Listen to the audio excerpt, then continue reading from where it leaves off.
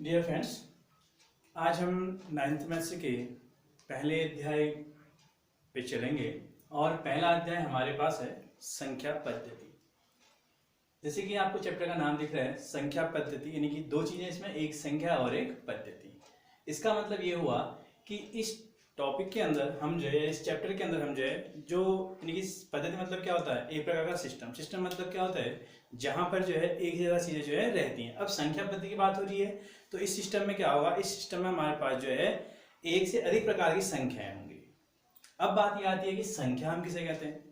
तो संख्या क्या है कि जिस चीज से हमें जो है कोई वस्तुएं कितनी हैं इसका जो बोध कराती हैं उन्हें हम क्या बोलते हैं, संख्या। यानी कि जो हमें जो है क्या कह सकते हैं, संख्या हम ये कह सकते हैं कि जो चीज हमें किसी चीज का बोध कराती है कि ये चीजें कितनी हैं, तो उसे हम क्या बोलते हैं, संख्या बोलते हैं।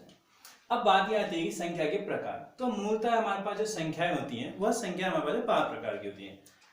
ठीक है, तो 12 प्रकार की संख्या क्या होता है हमारे पास। जो पहली प्रकार की संख्या होती है प्राकृत संख्या होती है, दूसरी हमारे पास पूर्ण संख्या, फिर सम संख्या, विषम संख्या, भाज्य संख्या, अभाज्य संख्या, सह अभाज्य संख्या, पूर्णांक संख्या, परिमेय संख्या, अपरिमेय संख्या, वास्तविक संख्या और अवास्तविक संख्या। इसमें से कई संख्याएं आपने प्रीवियस क्लास में पढ़ रखी होंगी। आपने प्राकृत संख्या के बारे में पढ़ रखा होगा, पूर्ण संख्या आपने पढ़ रखा होगा, सम संख्या आपने पढ़ रखा होगा, विषम संख्या भी आपने पढ़ रखा होगा, भाज्य भी आपने पढ़ रखा होगा, अभाज्य भी आपने पढ़ रखा होगा। हो सकता है आपने सह अभाज्य पढ़ा हो। लेकिन इसके बाद जो हमारे पास यहाँ पर 3 प्रकार की संख्या दिख रही है, परिमेय संख्या, अपरिमेय संख्या और वास्तविक संख्या। यह तीनों प्रकार की संख्याएं हैं, इनका उपयोग यहाँ पर बहुत ज्यादा होना है और यही चीजें आपकी जो है 10th में भी काम आने वाली है। मैं आपको 1 बाय 1 सारी चीजें क्लियर कराऊंगा कि प्राकृत संख्याएं क्या होती हैं, पूर्ण संख्याएं क्या होती हैं, सम संख्या हम किसे कहते हैं, विषम संख्या किसे कहते हैं, भाज्य संख्या किसे कहते हैं।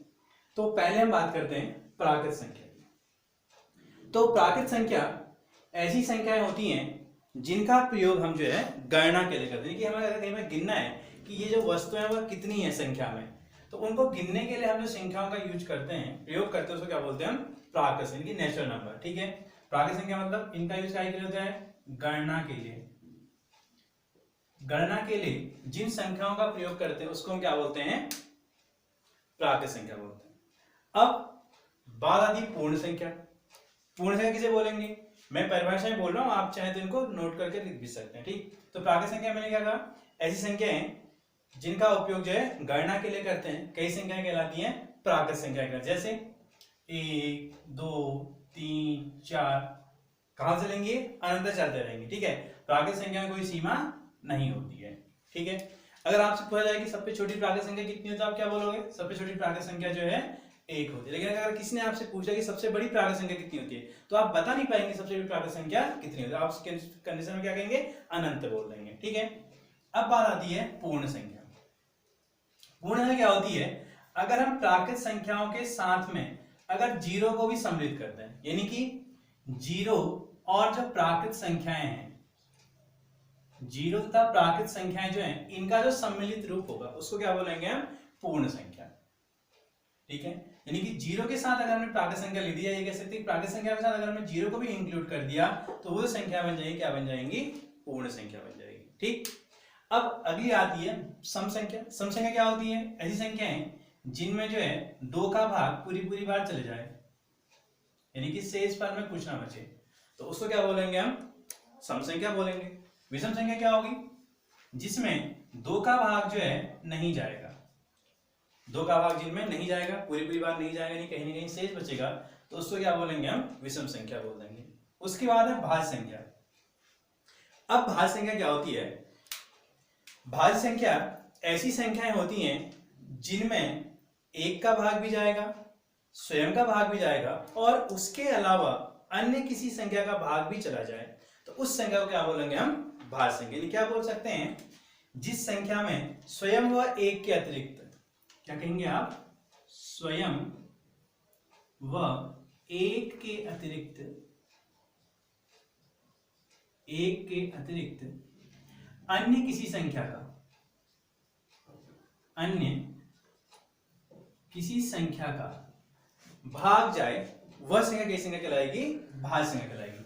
जैसे मैंने कहीं पर कोई संख्या 4 लिख दी, और इस 4 में मैंने कहा कि हम 2 का भाग देते हैं, तो क्या हो गया, अगर 2 का भाग हम 4 में देंगे तो 2 दूनी 4, यानी कि 2 का भाग भी चलेगा 4 में, और 4 में 4 का भाग भी जाएगा, और 4 में जो है 1 का भाग भी जाएगा। तो इस प्रकार की जो संख्या हो जाएगी इसको हम कैसी संख्या बोलेंगे, इसको हम बोलेंगे भाज्य संख्या।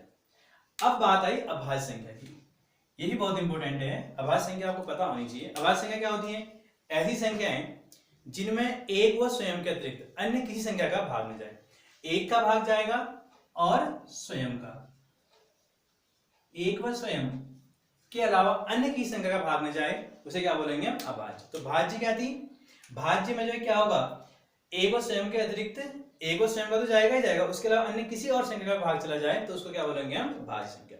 उसके बाद होती है सह अभाज्य संख्या, जो को प्राइम नंबर भी होते हैं। तो सहभाज्य संख्या क्या होती है, सहभाज्य संख्याएं ऐसी संख्याएं कहलाती हैं जिन दो संख्याओं का जो एचसीएफ होता है, यानी कि एचसीएफ मतलब मॉस ऑफ आपने पढ़ा होगा, हाईएस्ट कॉमन फैक्टर। तो ऐसी संख्याएं जिनका जो एचसीएफ होता है वह 1 होता है। आपने कोई तो संख्याएं ली और उनका आपने एचसीएफ निकाला, अगर उनका एचसीएफ 1 आया तो आप क्या बोलोगे, आप ये बोलोगे ये दोनों संख्याएं कैसी हैं, सहभाज्य संख्या। जैसे मैंने जो है 5 और 7 दो संख्याएं ली, अब अगर मैं इन दोनों का एचसीएफ निकालूंगा तो आपने छोटी क्लास में निकाला होगा, तो 5 का एचसीएफ निकालते, 5 के आप गुणनखंड करो, क्या होगा 1 गुणा 5, फिर 7 के आप गुणनखंड करोगे 1 गुणा 7। अब मौसा कैसे निकालते हैं, मौसा निकालने के लिए क्या चाहिए होता है, जो है दोनों संख्या में जो है उभयनिष्ठ पद जो होते हैं। तो उभयनिष्ठ संख्या कितनी है, इसमें 1 है, तो यानी कि इनका जो मौसा पाया कितना है, 1 है। तो आप क्या बोलोगे, आप ये बोलोगे कि जो 5 और 7 संख्या, कई संख्या आपके पास सह अभाज्य संख्या है। ठीक हो गया। इसके बाद बात करते हैं पूर्णांक संख्या की। ठीक है, तो पूर्णांक संख्याएं कई संख्या होती हैं। अगर हम जो पूर्ण संख्या है, पूर्ण संख्या के समूह में अगर हम ऋणात्मक संख्याओं को सम्मिलित करते हैं, ठीक है, क्या कह रहा हूं मैंने कहा कि अगर पूर्ण संख्या के समूह में ऋणात्मक संख्याओं को सम्मिलित कर दिया जाए तो जो संख्या में मिलेंगी वो कैसी संख्या कहलाएंगी, उनको हम बोलेंगे पूर्णांक संख्या। क्या बोलेंगे उनको, पूर्णांक। यानी कि क्या कह सकते हैं इसको हम पूर्णांक संख्या में कह सकते हैं पूर्ण संख्या प्लस ऋणात्मक संख्याओं का समूह, कई संख्याएं कहलाएंगी, उनको हम बोलेंगे पूर्णांक। अब बात यह आती है कि जो पूर्णांक है, यह पूर्णांक जो है कितने प्रकार के होते हैं। तो पूर्णांक हमारे पास जो है 3 प्रकार के होते हैं। ठीक है, पूर्णांक कितने प्रकार के होते हैं, 3 प्रकार के। ठीक, पूर्णांक, इसके प्रकार की बात करें तो पूर्णांक हमारे पास जो है 3 प्रकार के होते हैं। कौन कौन 3 प्रकार होते हैं इसके, एक होता है हमारे पास धनात्मक पूर्णांक,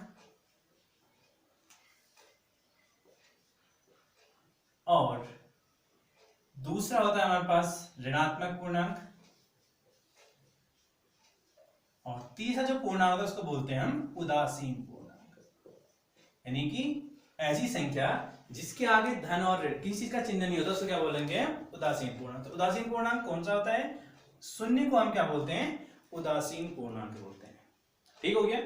इसके बाद अब धनात्मक पूर्णांक कैसे हुए, तो जो भी हमारे पास नेचुरल नंबर्स होते हैं उन सबको हम क्या बोलते हैं, धनात्मक पूर्णांक। जैसे 1, 2, 3, 4, ये सब क्या हुए हमारे पास, धनात्मक पूर्णांक। ऋणात्मक पूर्णांक क्या हुए, इन्हीं के आगे हम ऋण का चिन्ह लगा दें, जैसे ऋण 1 लिख दिया, ऋण 2 लिख दिया, ऋण 3 लिख दिया, ऋण 6 लिख दिया, ये सब क्या हुए हमारे पास, ये जो हमारे पास ऋणात्मक पूर्णांक हो गए। ठीक है, तो पूर्णांक समझ आ गए। पूर्णांक संख्या क्या होगी, पूर्ण संख्या और ऋणात्मक संख्या का जो समूह होता है उसको क्या बोलते हैं, हम पूर्णांक संख्या बोलते हैं।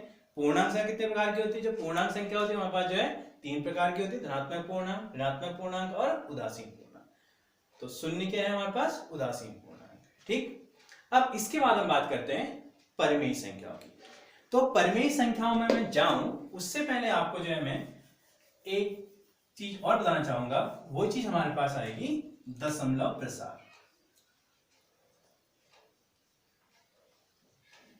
दशमलव प्रसार, दशमलव आप जानते हैं, ठीक है, इसको हम जो है एक डॉट से शो करते हैं, एक बिंदु से शो करते हैं, इस तरीके से।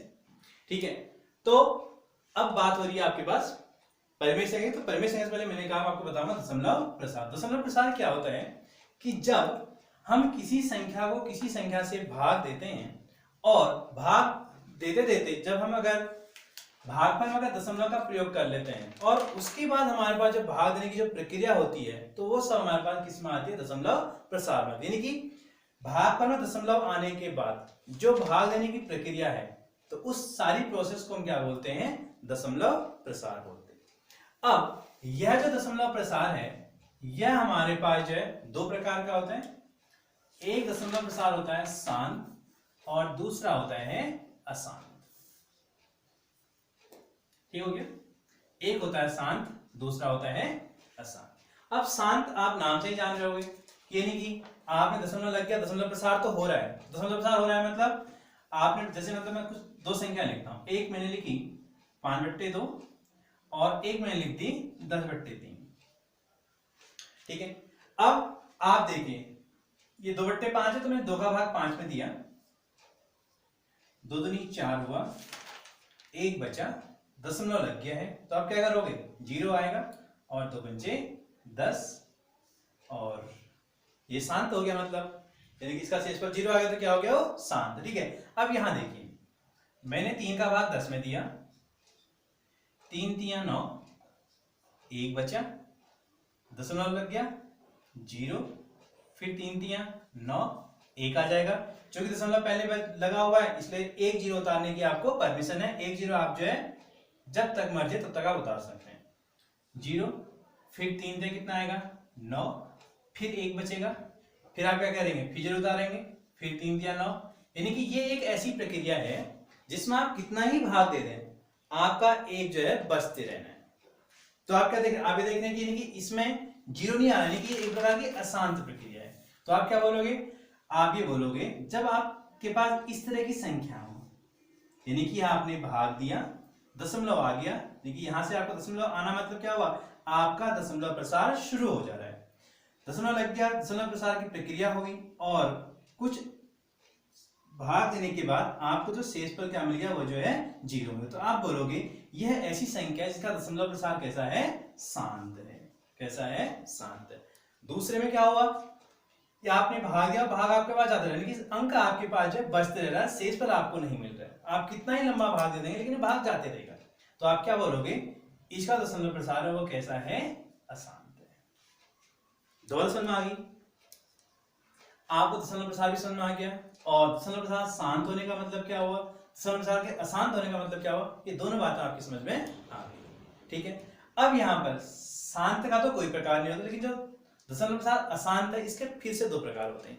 ठीक है, अब दशमलव प्रसार अशांत क्या हो, आप समझेंगे कि आप भाग दे रहे हैं, दशमलव लग गया और भाग आपका जो जाते रहेगा, यानी कि शेषफल आपका 0 नहीं आएगा। ठीक है, दशमलव प्रसार की प्रक्रिया के दौरान यदि आपको शेषफल ना मिले तो उस प्रकार के दशमलव प्रसार को हम क्या बोलेंगे, अशांत बोलेंगे। और दशमलव प्रसार की प्रक्रिया के दौरान अगर आपको शेषफल 0 मिल जाता है तो उस प्रकार का दशमलव प्रसार है उसको आप क्या बोलेंगे, शांत बोलेंगे। फिर मैंने क्या बोला, फिर मैंने आपसे बोला कि जो अशांत दशमलव प्रसार है इसके दो प्रकार फिर से होते हैं। एक होता है हमारे पास आवर्ती, इसको रिपीटिंग बोलते हैं या रिकरिंग भी इसको बोलते हैं। और एक आपके पास होता है अनावर्ती, नॉन रिपीटिंग जिसको हम बोलते हैं। ठीक है, अब आवर्ती मतलब क्या हुआ, आवर्ती मतलब ये हुआ कि जहां पर जो अंक हैं उन अंकों की पुनरावृत्ति होती रहेगी। पुनरावृत्ति होना मतलब वही अंक जो है बार बार आते रहेंगे। ये कैसे आ सकते हैं, ये आपके 0.666 ऐसे आ सकते हैं। ये आपके पास जो है 0.1 2 3 1 2 3 1 2 3, यानी कि कोई जो आपके पास जो निश्चित संख्या है, निश्चित अंक हैं, निश्चित अंक आपके पास क्या होंगे, बार बार जो है एक क्रम से जो है आगे जो है बढ़ते रहेंगे। तो ये हो गया हमारे पास आवर्ती। आवर्ती मतलब क्या हुआ कि दशमलव प्रसार के दौरान आपको दशमलव के बाद जो अंक मिलेंगे वो जो क्या मिलेंगे, उन अंकों की आपके पास क्या होगी, पुनरावृत्ति होती रहेगी। अब अनावर्ती मतलब क्या हुआ, इसका जस्ट उल्टा, यानी कि आपको यहां पर अंकों की पुनरावृत्ति नहीं मिलेगी। यानी कि यहां पर आपके पास जो है इस तरह से आपको प्रसार मिल सकता है। कैसा प्रसार मिल सकता है आपको, जैसे 0.01, फिर 001, फिर 0001, फिर आपके पास जो है 00001। इस तरह का अगर आपको प्रसार मिलेगा तो आप क्या बोल दोगे उसको आप बोलोगे इसका दशमलव कैसा है, अनावर्ती। साथ में आगे से क्या लगेगा, अशांत। तो क्या बोलोगे, ऐसी ये वो संख्या कहलाएंगी जिसका दशमलव प्रसार होगा वो कैसा होगा, अशांत के साथ साथ अनावर्ती होगा। तो दोनों चीज आपके समझ में आ गई, शांत भी आया, अशांत भी आया। अशांत में आपके पास आवर्ती क्या हुआ और आवर्ती के साथ साथ अनावर्ती क्या हुआ। तो इतनी बातें जब आपको समझ में आ गई हैं, अब हम आते हैं परमेय और अपरमेय संख्या में। ठीक, अब परमेय संख्या हम किसे कहते हैं, आपने 8th क्लास में पढ़ी होंगी, एक परिभाषा आपने पढ़ी होगी कि ऐसी संख्याएं जिन्हें हम P/Q के रूप में लिख सकते हैं। लेकिन यहां पर आपको जो मैं 4 परिभाषा बताऊंगा जो है परमेय संख्या की होती है। ठीक है, आपने जो 8th क्लास में परमेय संख्या के बारे में पढ़ा है, आपने क्या पढ़ा है, परमेय संख्या की बात कर रहे हैं हम, इसको रेशनल नंबर बोलते हैं, परमेय संख्या। ऐसी संख्याएं जिन्हें हम P/Q के रूप में लिख सकते हैं। लेकिन यहां पर एक कंडीशन होती है, कंडीशन क्या होती है, Q does not equal to 0, Q की वैल्यू 0 नहीं होनी चाहिए। अब क्वेश्चन हो सकता है कि Q की वैल्यू 0 होगी तो क्या होगा, तो बात है Q की वैल्यू 0 होगी तो क्या होगा, P के प्लेस पे 0 हो सकता है। ठीक है, P की जगह पे आप 0 लिख सकते हैं, ये परमिशन आपके पास है। लेकिन ये परमिशन आपको बिल्कुल नहीं है कि आप Q के प्लेस पे 0 लिखेंगे। Q की जगह आप 0 नहीं लिखेंगे, लेकिन P की जगह पे आप 0 लिख सकते हैं। अब देखिए दोनों में आपको अंतर बताता हूं। ठीक है, आपने 0/2 लिखा और आपने 2/0 लिखा, दो संख्या आपके पास है, 0 यानी कि 0.2 और 2/0। अब जो 0.2 यानी कि जब शून्य में हम किसी संख्या का भाग देते हैं तो ये हमारे पास क्या आता है, हमेशा शून्य ही आता है। और शून्य क्या है, शून्य एक ऐसी संख्या है जिसे हम जो है संख्या रेखा पर दर्शा सकते हैं। समझ में आ गई बात है। इसके बाद अगर हम 2/0 करें, यानी कि हम शून्य का भाग किसी अंक में दें तो यह भाग हमारे पास कभी नहीं जाता है, तो इसको हम क्या बोल देते हैं, इसको हम बोलते हैं अपरिभाषित, यानी कि नॉट डिफाइंड नंबर। यानी कि इसको जब आप भाग दोगे तो भाग क्या आएगा आपके पास, इसको लिखा जाता है अनंत लिखा जाता है। कैसे, अब आप देखिए, आपने जो है 0 का भाग मैंने कहा आप 2 में दो, ठीक है, आपने दिया, आपने कहा 0 1 कितना होगा, 0 होगा, कितना बचेगा, 2 बचेगा। आपने कहा 0 3 कितना होगा, 0, कितना बचेगा, 2 बचेगा। आपने कहा 0 9 फिर से 0, यानी कि क्या हुआ, आप भाग देते रहो, लेकिन ये जिस संख्या में आप सुनेगा बाद वो संख्या आपके पास आते रहेगी, आज आप थक जाओगे, पेज भर जाएंगे, लेकिन यह भाग जो आपका शेष पर आपका आना खत्म नहीं होगा। तो इसीलिए अगर किसी संख्या में हम शून्य का भाग देते हैं तो क्या होता है, हमेशा अपरिभाषित होता है, यानी कि उसको हम जो है डिफाइन नहीं कर सकते हैं, उसको हम परिभाषित ही नहीं कर सकते। इसलिए इस तरह की संख्या हमारे पास क्या होती है, अनंत कहलाती है। इसीलिए अगर किसी भी संख्या में अगर Q की जगह पे 0 होगा तो वो कैसा नंबर हो जाएगा, वो जो है अपरिभाषित नंबर हो जाएगा। अपरिभाषित नंबर मतलब एक ऐसा नंबर या एक ऐसी संख्या जिसे हम संख्या रेखा पे नहीं दर्शा सकते। ठीक हो गया, तो इसीलिए Q के प्लेस पे 0 जो है नहीं हो सकता। ठीक, और P के प्लेस पे 0 होगा तो आपका चलेगा। तो एक परिभाषा तो आपकी ये होगी, ऐसी संख्याएं जिन्हें P/Q के रूप में लिखा जाता है उन्हें हम कई संख्या बोलते हैं, परमेय संख्या बोलते हैं। लेकिन एक कंडीशन और होती है यहाँ पर, ये जो दोनों संख्या होती है कैसी संख्या होती है, ये जो है सहअभाज्य संख्या होती है। ठीक है, P और Q दोनों संख्याएं कैसी होती हैं, सहअभाज्य संख्याएं होती हैं। अभी मैंने आपको बताया सहअभाज्य संख्या किसे कहते हैं, जिनमें अगर आप कॉमन फैक्टर निकालेंगे यानी कि सार गुणनखंड निकालेंगे तो सार गुणनखंड एक के अतिरिक्त और कुछ नहीं आना चाहिए। तो उस प्रकार की संख्या कैसी संख्या कहलाएंगे हमारे पास, तो इस प्रकार की संख्या भी उसको हम बोलेंगे परमेय संख्या। तो एक परिभाषा तो आपकी ये हुई कि ऐसी संख्याएं जिन्हें P/Q के रूप में लिखा जा सकता है और जिसमें Q does not equal to 0 होता है। दूसरी परिभाषा होती है कि प्रत्येक पूर्णांक संख्या परमेय संख्या कहलाती है। मैं बोलूंगा तो लिखूंगा, आपको जो है पूरा लिख देना। ठीक है, तो प्रत्येक पूर्णांक संख्या कैसी संख्या कहलाती है, परमेय संख्या। जैसे -2 ये परमेय संख्या है, 4 ये परमेय संख्या है, -9 ये भी आपके पास परमेय संख्या है। ठीक हो गया। अब तीसरी परिभाषा क्या बनती है, देखिए तीसरी होती है ऐसी संख्या जिनका जिनका दशमलव प्रसार शांत हो। इसलिए आपको पहले दशमलव शांत और अशांत होता है, ठीक है। क्या हुआ, ऐसी संख्या है जिसका दशमलव कैसा होता है, शांत, टर्मिनेटिंग होता है, ठीक है। डेसिमल एक्सप्रेशन क्या होगा इनका, टर्मिनेटिंग होगा, तो उसको क्या बोलेंगे हम, वो कैसी संख्या आएंगी आपके पास जो रेशनल नंबर कहेंगे, उसको हम बोलेंगे परिमेय संख्या। जैसे कोई संख्या हमने लिख दी 2.5 लिख दी, या सपोज कई बार 2.8 हमने लिख दिया, या 5.2 लिख दिया, इस प्रकार की जो भी संख्या होंगी, या जो 6.25 लिख दिया, इस प्रकार की जो भी संख्या होंगी, इस सब को हम क्या बोलेंगे, परिमेय संख्या बोलेंगे। ठीक हो गया, यानी कि 3 परिभाषा होगी। अब चौथी परिभाषा क्या है इसकी, चौथी परिभाषा है कि ऐसी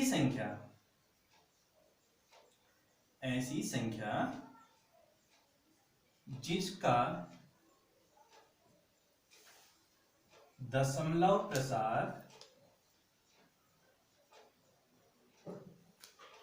प्रसार अशांत तथा आवर्ती हो। आपको बताया मैंने अभी कि अशांत में 2 प्रकार होते हैं, एक आवर्ती होता है और एक अनावर्ती होता है, ठीक है। तो परिमेय संख्या किसको बोलेंगे, दशमलव प्रसार अशांत होगा, लेकिन अशांत के साथ साथ कैसा होगा, वह जो है आवर्ती वाला होगा, तो उस प्रकार की संख्याओं को हम कैसे संख्या बोलेंगे, परिमेय संख्या बोलेंगे। जैसे हमने कोई नंबर लिख दिया, जैसे 0.2222 ऐसे लिखते रहे, ठीक है। हमने जो है 0.3333 लिखते रहे, या फिर हमने जो है 0.01010101 इस तरह लिखते रहे। तो इस प्रकार की जो सारी संख्या है, इसको क्या बोलेंगे हम, परिमेय संख्या बोलेंगे। और दशमलव प्रसार कैसा कहलाएगा, ये दशमलव प्रसार को हम बोलेंगे अशांत तथा आवर्ती। तो परिमेय संख्या के बारे में आपको क्लियर होगी बातें। 4 परिभाषा आपको बताई, फिर से रिपीट कर रहा हूं। ऐसी संख्याएं जिन्हें हम P/Q के रूप में लिख सकते हैं, और यहाँ पर P और Q की संख्या होती है, जो P और Q संख्या होती है, ये हमारे पास जो है सह अभाज्य संख्या होती है। सहअभाज्य संख्या क्या होती है, ऐसी 2 संख्याएं जिनका जो सार गुणनखंड होगा वह जो एक ही होगा, उसके अतिरिक्त कोई संख्या नहीं होगी। और फिर हमने बताया कि प्रत्येक पूर्णांक संख्या क्या कहलाती है, परिमेय संख्या, चाहे वो ऋणात्मक पूर्णांक हो, चाहे वो जो है धनात्मक पूर्णांक हो, चाहे वो शून्य हो, क्योंकि शून्य भी पूर्णांक है ना, आपको बता, शून्य कैसा पूर्णांक है, उदासीन पूर्णांक है, तो शून्य भी क्या है, परिमेय संख्या है, ठीक। इसके बाद तीसरा क्या है, ऐसी संख्या जिसका दशमलव प्रसार शांत होता है। अब शांत दशमलव प्रसार क्या है, आपको वही बताया था, भाग देंगे, भाग देने पर जो है आपका शेषफल क्या आ जाएगा, 0 आ जाएगा दशमलव लगने के बाद। जिसका दशमलव प्रसार अशांत और आवर्ती हो, तो उसको भी क्या बोलेंगे हम, उनको भी हम जो है परिमेय संख्या बोलते हैं। अब इसके जस्ट नीचे है अपरिमेय संख्याएं, ठीक।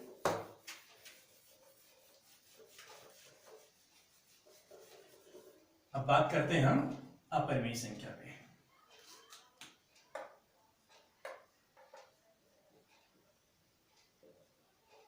अपरिमेय संख्या में आपके पास सिंपली 2 परिभाषाएं हैं। पहली संख्या, ऐसी संख्या जिसे हम P/Q के रूप में नहीं लिख सकते, अर्थात ऐसी संख्याएं जो एक पूर्ण वर्ग संख्या नहीं होती, उसको हम क्या बोलते हैं, अपरिमेय संख्या। जैसे √2, √3, ये क्या है, पूर्ण वर्ग संख्या नहीं है। √5, √7, √6, ये सब संख्याएं कई संख्या कहलाती हैं, परिमेय संख्या कहलाती, सॉरी अपरिमेय संख्या कहलाती है। इनको हम जो है P/Q के रूप में जो है नहीं लिख सकते, रूप में नहीं लिख सकते, ठीक हो गया। दूसरी अपरिमेय संख्या की परिभाषा है, क्या है, ऐसी संख्याएं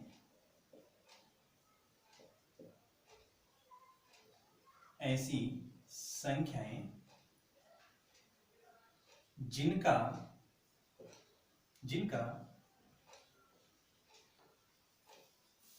दशमलव प्रसार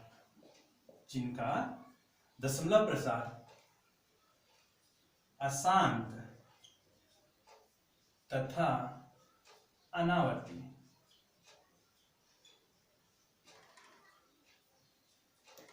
होता है, ठीक हो गया। ऐसी संख्या जिनका दशमलव कैसा होगा, अशांत होगा, और साथ में कैसा होगा, अनावर्ती। तो आपको बताया था जैसे 0,7 लिख दिया आपने, फिर 0,0,7 लिख दिया, फिर 0,0,0,7 लिख दिया, फिर 0,0,0,0,7। इस प्रकार की जो भी संख्या होंगी उसको क्या बोलेंगे हम, अशांत के साथ साथ कैसा बोल देंगे, अनावर्ती बोल देंगे। तो ऐसी संख्या कई संख्या कहलाएंगे हमारे पास, अपरिमेय संख्या कहलाएंगे। तो परिमेय भी क्लियर आपका और अपरिमेय भी क्लियर। अब ये दोनों जब आपकी क्लियर हो गई हैं तो आगे की जो संख्या है उनको समझना आपके लिए बिल्कुल कठिन नहीं है, काफी आसान है। ठीक है, अब बात हम करते हैं वास्तविक संख्या यानी कि रियल नंबर पे बात करते हैं। ठीक है, तो वास्तविक संख्याएं क्या होती हैं? वास्तविक संख्या में आप कहेंगे, इसकी परिभाषा यहां पर लिख दे रहा हूं, परिमेय परिमेय तथा अपरिमेय, रेशनल और इरेशनल। ठीक है, परिमेय तथा अपरिमेय संख्याओं का सम्मिलित रूप क्या कहलाता है? वास्तविक संख्या कहलाता है। ठीक हो गया, यानी कि ऐसी संख्या है जिसमें हमारे पास जो है, यानी कि ऐसा समूह जिसमें जो आपके पास परिमेय संख्या भी होंगी और क्या होंगी, अपरिमेय संख्या भी होंगी। ठीक है, अब क्या होता है, प्रत्येक जो परिमेय संख्या है वह वास्तविक संख्या है और प्रत्येक जो अपरिमेय संख्या है वह भी क्या है हमारे पास, वास्तविक संख्या है। लेकिन यह नहीं हो सकता कि जो प्रत्येक वास्तविक संख्या है वह जो है परिमेय हो ही हो, वह अपरिमेय भी हो सकती है, और प्रत्येक वास्तविक संख्या वह जो है अपरिमेय भी हो सकती है, जरूरी नहीं कि परिमेय हो। समझ वाली बात है। तो यानी कि अगर आपके पास कोई पर्टिकुलर कोई परिमेय संख्या, तो परिमेय संख्या अपने आप में एक वास्तविक संख्या है, अपरिमेय संख्या भी क्या है, एक वास्तविक संख्या। लेकिन प्रत्येक वास्तविक संख्या जरूरी नहीं है कि वह अपरिमेय हो, वह जो है परिमेय भी हो सकती है, और जरूरी नहीं है कि वह परिमेय, वह अपरिमेय भी हो सकती है। ठीक है, तो ये बात आपको जो है क्लियर होनी चाहिए। उसके बाद अब बात आती है अवास्तविक संख्या की। तो वास्तविक संख्या भी क्लियर होगी, यानी कि ऐसा समूह जिसमें परिमेय और अपरिमेय दोनों प्रकार की संख्या हो, जैसे √2, 2, √3, 2/5, 2.5, इसे जो भी आपके पास संख्या होंगी इस सब को हम क्या बोलेंगे, वास्तविक संख्या बोलेंगे। अब बात आती है अवास्तविक संख्या। तो अवास्तविक संख्या किसे कहते हैं? तो ऋणात्मक संख्याओं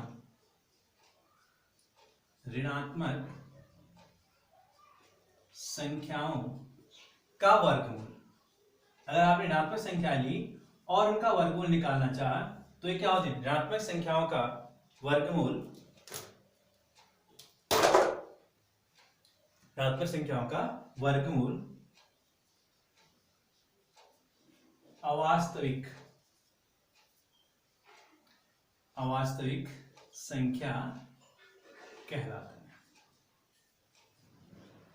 ठीक है, ऋणात्मक संख्या है और उनका जो वर्गमूल होगा उसको हम क्या बोलेंगे, अवास्तविक संख्या। जैसे मैंने -2 लिखा और इसका मैंने अब अंडर रूट निकाला, तो इसका अंडर रूट आप नहीं निकाल सकते, कभी नहीं। ये भी क्या हमारे पास एक नॉट डिफाइंड नंबर है। तो इसके लिए आप हायर क्लास में पढ़ेंगे इसको कैसे निकालते हैं। एक हल्का सा एग्जाम्पल बताता हूँ।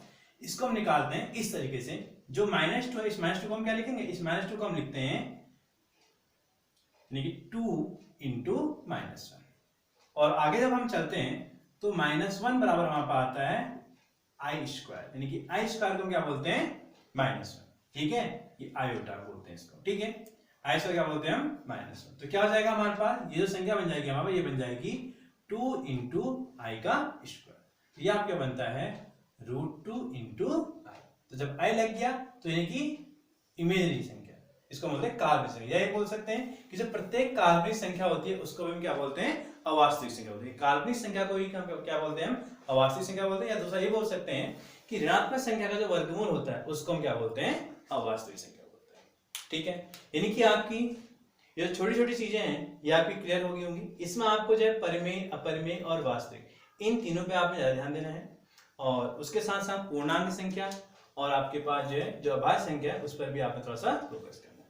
अब थोड़ा सा और आगे चलते हैं कि अगर हमारे पास परिमेय और अपरिमेय संख्या हो तो उनका जोड़ या उनको घटाएं या उनको गुणा करें या भाग करें तो हमारे पास हमें किस प्रकार की संख्या मिलती है, इस पर बात करते हैं। और एक्सरसाइज आपको जो है मैं कल से कराऊंगा। ठीक है, तो इतना जब आप इसमें देख लेंगे तो आपकी जो पहली वाली एक्सरसाइज है लगभग आपकी जो है ये आपकी क्लियर हो जाएगी।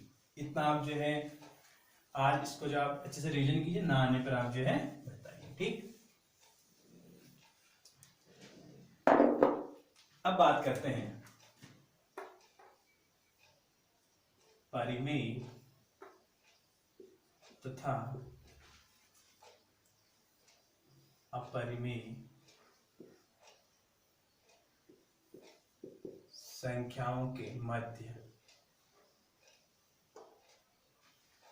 गणितीय संबंध कहते थे इसको, ठीक है।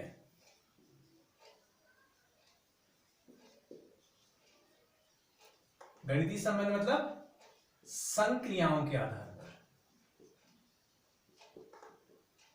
संक्रियाओं के आधार पर। कैसी संक्रियाएं? प्रारंभिक संक्रियाएं। प्रारंभिक संक्रिया मतलब प्लस माइनस मल्टीप्लाई और डिवाइड, ठीक। अब अगर हमारे पास दो संख्याएं हो तो उन दो संख्या में जाहिर सी बात है, या तो परिमेय होगी या क्या होगी, अपरिमेय होगी। इसके अलावा कोई संख्या तो हमारे पास होगी नहीं, क्योंकि वो अवास्तविक संख्या तो हम लेंगे नहीं। अब वास्तविक संख्या तो हमारे पास जो है सारी चीजें आ गई, जितनी भी संख्या हमने उससे पहले पढ़ी, वास्तविक संख्या पहले सारी संख्या हमारे पास कहाँ आ गई, वह जो है वास्तविक संख्याओं में आ गई, ठीक है। तो यानी कि अगर आपके पास एक परिमेय संख्या है और इस परिमेय संख्या में अगर आपने दूसरी परिमेय संख्या जोड़ दी या आपने इसमें से दूसरी परिमेय संख्या घटा दी, चाहे आप जोड़ो चाहे आप घटाओ, तो इसका जो आपको आंसर मिलेगा वह आपको हमेशा जो है एक परिमेय संख्या ही मिलेगा। बात क्लियर होगी? यानी कि एक परिमेय संख्या में आप दूसरी परिमेय संख्या जोड़ो या घटाओ तो आपको जो उसका जो आंसर है वो आपको हमेशा क्या मिलेगा, एक परिमेय संख्या ही मिलेगा। इसके बाद आप एक परिमेय संख्या लीजिए और उसमें आप दूसरी परिमेय संख्या को गुणा कीजिए या आप जो उसका भाग करिए, तो इसका जो गुणनफल या भागफल है वह हमेशा आपको जो है एक परिमेय संख्या ही मिलेगा। लेकिन यहां पर क्या, जब आप भाग देंगे तो भाग देने पर हर आपके पास जीरो नहीं होना चाहिए, बाकी अन्य सारे केस में आपके पास जो क्या मिलेगा, हमें जो है वो एक परिमेय संख्या ही मिलेगी, ठीक। ये था हमारे पास परिमेय संख्या के बारे में। तो परिमेय संख्या का काफी सरल है, एक परिमेय संख्या दूसरी संख्या जोड़ो या दूसरी परिमेय संख्या घटाओ तो हमेशा एक परिमेय संख्या मिलेगी। एक परिमेय संख्या में आप दूसरी परिमेय संख्या गुणा करो या भाग करो, हमेशा आपको जो है परिमेय संख्या मिलेगी। अब आते हैं परिमेय और अपरिमेय के साथ क्या होता है, ठीक है। पहले अपरिमेय अपरिमेय की बात करते हैं, ठीक है। एक अपरिमेय संख्या में अगर हम दूसरी अपरिमेय संख्या जोड़ें या घटाएं तो हमेशा हमें जो है यह जो कैसी संख्या मिलेगी, अपरिमेय ही मिलेगी, ठीक हो गया। लेकिन अगर एक अपरिमेय संख्या है और दूसरी भी अपरिमेय संख्या है और हम इनको जो है गुणा और भाग कर रहे हैं तो हमें जो है यह जो है अपरिमेय और परिमेय दोनों मिलती हैं। कैसे, ये मैं आपको बताता हूं, ठीक है। तो मैंने कहा कि मेरे पास एक संख्या √3 है और एक संख्या मेरे पास 2√3 है। दोनों संख्या कैसी है मेरे पास, अपरिमेय है। जोड़ूंगा, अगर मैं इनको जोड़ता हूं तो जोड़ने पर क्या आ जाएगा, ये 2√3 है, 1√3 है, तो 2√3 में 1√3 जोड़ कितना हो जाएगा, 3√3 हो जाएगा, जो कि क्या है, अपरिमेय है। क्या है ये, अपरिमेय। ऐसे ही आपने जो है √3 में से आपने जो 2√3 घटा दिया। आपको भी दूसरा प्रकार बताया हमने, यानी कि दूसरे का आपको बताया कि अगर एक अपरिमेय संख्या में हम दूसरी अपरिमेय संख्या को गुणा करते हैं, भाग करते हैं, तो गुणनफल क्या आता है उसका, या भागफल जो है एक परिमेय या अपरिमेय दोनों आ सकता है। अब मैं आपको जो है एक एग्जाम्पल लेके बताता हूँ। सपोज मैंने दो अपरिमेय संख्या ली, एक मैंने √3 ली और दूसरी मैंने 2√3 ले ली। अब इन दोनों को मैं गुणा कर रहा हूँ। मैंने √3 में जो है 2√3 को गुणा करूंगा तो क्या हो जाएगा, √3 में जब √3 गुणा होगा, यानी कि अगर √x में √x को गुणा करते तो क्या मिलता है, हमें x मिलता है। तो सब गुणनफल कैसे हो जाएगा, √3 गुणा √3 तो 3 बनेगा और दो आपके पास आगे से 2 गुणा 3 कितना जाएगा, 6, और 6 कई संख्या है, परिमेय संख्या है। लेकिन हमने कई संख्या ली, दोनों अपरिमेय, तो दो अपरिमेय संख्या का गुणनफल कैसा संख्या आएगा, परिमेय ही आएगा, ठीक है। अब अगर इनका हम भाग करें यानी कि √3 बट्टे हम 2√3 करें तो देखिए √3 से √3 चला जाएगा, क्या बचेगा, 1/2 बचेगा, और 1/2 क्या है, ये जो आपकी परिमेय संख्या है। तो क्या किया हमने, दो अपरिमेय संख्या ली, इनका गुणनफल किया और इनका भाग किया, तो कई संख्या मिली हमें, परिमेय मिली। अब देखिए, अब हम दो संख्या ऐसी लेते हैं कि इनका गुणनफल और भागफल कैसा आएगा, अपरिमेय आएगा। देखिए मैंने एक संख्या ली √2 और दूसरी संख्या ली मैंने √3। अब इन दोनों को अगर मैं गुणा करूंगा तो √3 इंटू √2 कितना हो जाएगा आपके पास, √6 हो जाएगा, ठीक। और √2 बट्टे में √3 करूंगा तो इसको मैं लिखूंगा 2/3 और इस पूरे का, तो ये क्या आपके पास, ये भी आपके पास अपरिमेय संख्या है और ये भी आपका क्या संख्या है, अपरिमेय संख्या। तो आपने क्या देखा, आपने ये देखा कि अगर हमारे पास दो संख्याएं अपरिमेय हों तो उनका गुणनफल करें या उनका भागफल करें, दो संख्याएं अपरिमेय हों उनका हम गुणनफल करें या उनका भागफल करें, तो वह परिणाम जो हमें मिलेगा वह परिमेय और अपरिमेय दोनों प्रकार का मिल सकता है। निर्भर इस बात पे करेगा कि हमारे पास जो संख्या है वो कैसी है, ठीक हो गया। अब इसमें एक लास्ट तीसरा कंसेप्ट रह गया है, हमने परिमेय परिमेय और अपरिमेय अपरिमेय की बात कर ली। अब हम बात करते हैं परिमेय और अपरिमेय पर। अगर हमारे पास एक संख्या परिमेय हो और दूसरी संख्या हमारे पास अपरिमेय हो, अगर इन दोनों को हम आपस में जोड़ें या इनको हम घटाएं तो हमें इनका योगफल या अंतर जो मिलेगा वह हमेशा एक अपरिमेय संख्या ही मिलेगा, ठीक हो गया। और इसमें दूसरा है वो यह कहता है कि एक परिमेय संख्या हमने ली और उसमें हमने जो है दूसरी अपरिमेय संख्या ली और उनको हमने उनका गुणनफल किया या उनका हमने जो है भागफल किया, किसके साथ, अपरिमेय संख्या के साथ, तो जो हमें गुणनफल या भागफल मिलेगा वह भी हमेशा क्या मिलेगा, एक अपरिमेय संख्या ही मिलेगा, ठीक है। कंडीशन यहाँ पर भी वही है कि जब हम भाग देंगे तो भाग देने में हमारे पास जो है जो संख्या होनी चाहिए, जो परिमेय संख्या हमारे पास होगी वह कभी भी 0 नहीं होनी चाहिए, ठीक है। तो ये आपका इतना कंसेप्ट कंप्लीट हुआ, इसको आप पूरा ध्यान में दे दीजिए, अच्छे से पूरे को आप अच्छे से पढ़ लीजिए और अच्छे से आप एक छोटी छोटी बातों को नोट भी कीजिए और कल हम जो है इसकी 1.1 से शुरुआत करेंगे, ठीक है। आज के लिए इतना ही।